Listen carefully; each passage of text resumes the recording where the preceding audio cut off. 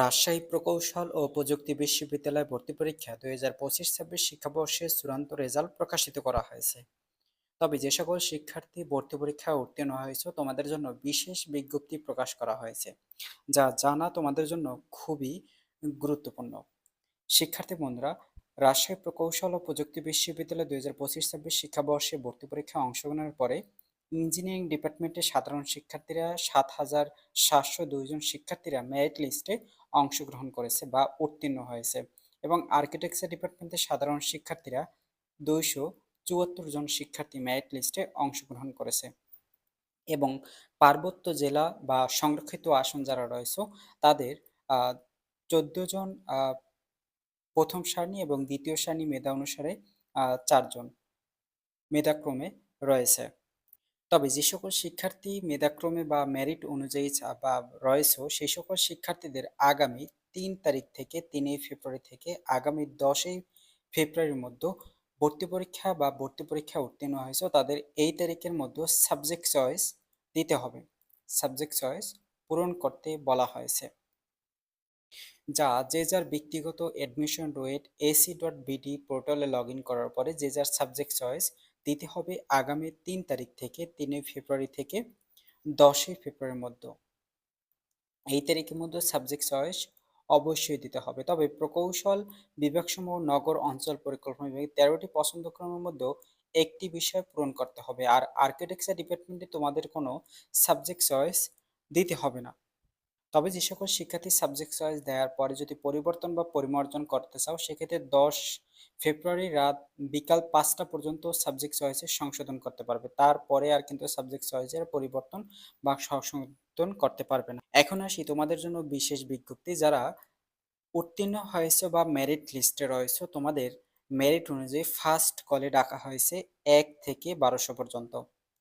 1 থেকে 1200 পর্যন্ত যে সকল শিক্ষার্থী রয়েছে তাদেরকে ফার্স্ট কলে ডাকা হয়েছে, এবং ফার্স্ট কলে আরও ডাকা হয়েছে 1201 থেকে 2000 পর্যন্ত। এটি হচ্ছে যে তোমাদের যদি এই যে 1200 পর্যন্ত শিক্ষার্থীরা তাদের ভর্তি কার্যক্রম সম্পন্ন হওয়ার পরে যদি শূন্য আসন থাকে তাহলে 1201 থেকে 2000 পর্যন্ত শিক্ষার্থীদের ভর্তি কার্যক্রম সম্পন্ন হবে।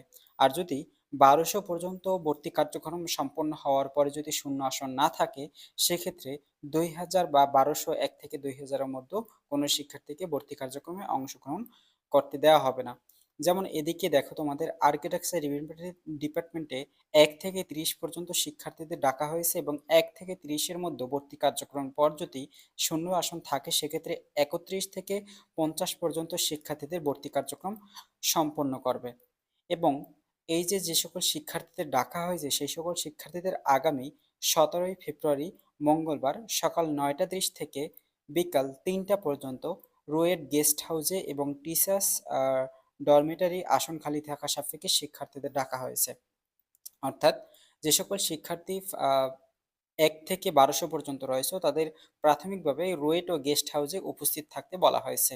আর যে সকল শিক্ষার্থী 1201 থেকে 2000 এর মধ্যে যারা রয়েছে তাদেরকে আহ, আসন খালি থাকা সাপেক্ষে ভর্তি কার্যক্রম অনুষ্ঠিত হবে, যা টিচার্স ডরমিটারি আসন খালি থাকা সাপেক্ষে ডাকা হয়েছে।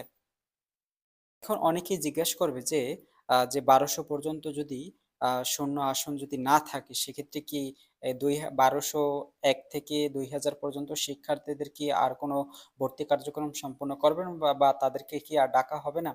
শিক্ষার্থীরা, তোমাদের দেখো বিশেষ করে হয় কি, রাজশাহী প্রকৌশল, খুলনা প্রকৌশল, তোমার চট্টগ্রাম প্রকৌশল, বুয়েট, এই সকল বিশ্ববিদ্যালয় সকল বিশ্ববিদ্যালয়ে কিন্তু শিক্ষার্থীরা ভর্তি হয়। সবাই কিন্তু ভর্তি কার্যক্রমে অংশগ্রহণ করে কিন্তু সাবজেক্ট কিন্তু ভালো পায় না।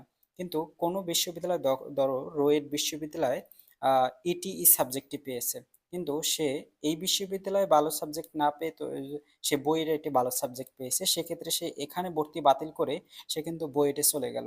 তো এখানে কিন্তু শূন্য আসন রয়েছে। তো তবে তোমাদের কিন্তু অবশ্যই অপেক্ষা করতে হবে, কারণ সকল শিক্ষার্থীরা এখানে ভর্তি হবে। ধরো তোমার শিক্ষার্থীরা সকল শিক্ষার্থীরা 1 থেকে 1200 পর্যন্ত ভর্তি হলো, কিন্তু পরবর্তীতে শিক্ষার্থীরা যারা ভালো একটি সাবজেক্ট পেল অন্য বিশ্ববিদ্যালয়ে, যেরকম ডাবি, রাবি, জাবি, এই সকল বিশ্ববিদ্যালয় এর থেকেও একটা ভালো সাবজেক্ট পেল, সে ভর্তি বাতিল করে অন্য বিশ্ববিদ্যালয়ে চলে গেল। এক্ষেত্রে কিন্তু শূন্য আসন থাকবে। সেক্ষেত্রে কিন্তু তোমাদের এভাবে এখান থেকেও 1201 থেকে 2000 অথবা 3000 পর্যন্ত শিক্ষার্থীরা কিন্তু এখানে সাবজেক্ট পাবে। রাজশাহী প্রকৌশল ও প্রযুক্তি বিশ্ববিদ্যালয়ে ওয়েট করার পরে 3000 3000-এর মধ্যে যারা রয়েছে তারা সাবজেক্ট অবভিয়াসলি পাবে। কারণ তোমাদের কিন্তু অবশ্যই ওয়েট করতে হবে। সকল শিক্ষার্থীরা কিন্তু এখানে 3000-এর মধ্যে পাবে, কারণ সকল শিক্ষার্থীরা কিন্তু এখানে ভর্তি হবে না। সকলে কিন্তু ভর্তি বাতিল করে চলে যাবে। কারো কাগজপত্র ভুল হতে পারে। এরকম অনেক ডকুমেন্টস বা ভুল হয়, সেক্ষেত্রে কিন্তু ভর্তি বাতিল হয়ে যায়, প্রার্থী বাতিল হয়ে যায়। অনেক শিক্ষার্থীরা সাবজেক্ট চয়েস দেয় না।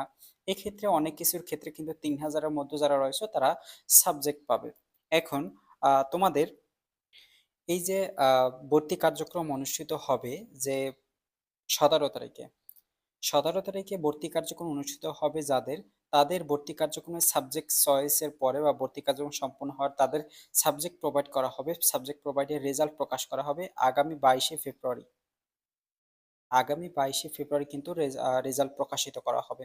এই 22শে ফেব্রুয়ারি রেজাল্ট প্রকাশিত হওয়ার পরে অনেক শিক্ষার্থীরা কিন্তু এরপরে ভর্তি বাতিল করে দেবে। ভর্তি বাতিল করার পরে তোমাদের কিন্তু একটি লিস্ট দেওয়া হবে যে এই সাবজেক্টে এতটি আসন ফাঁকা রয়েছে, এই সাবজেক্টে এতটি আসন ফাঁকা রয়েছে। সেক্ষেত্রে পরবর্তীতে কিন্তু আবার কিন্তু ডাকা হবে, যেমন 1201 থেকে, অথবা 1201 থেকে শিক্ষার্থীরা ভর্তি কার্যক্রম চলমান থাকলো, কিন্তু এখান থেকে আবার ওয়েটিং চলে গেল। কারণ এখান থেকে 1201 থেকে বা 2000-এর মধ্যেও যে সকল শিক্ষার্থী শূন্য আসন যদি থাকে, ধরো 1500 পর্যন্ত শিক্ষার্থীদের শূন্য আসন ছিল।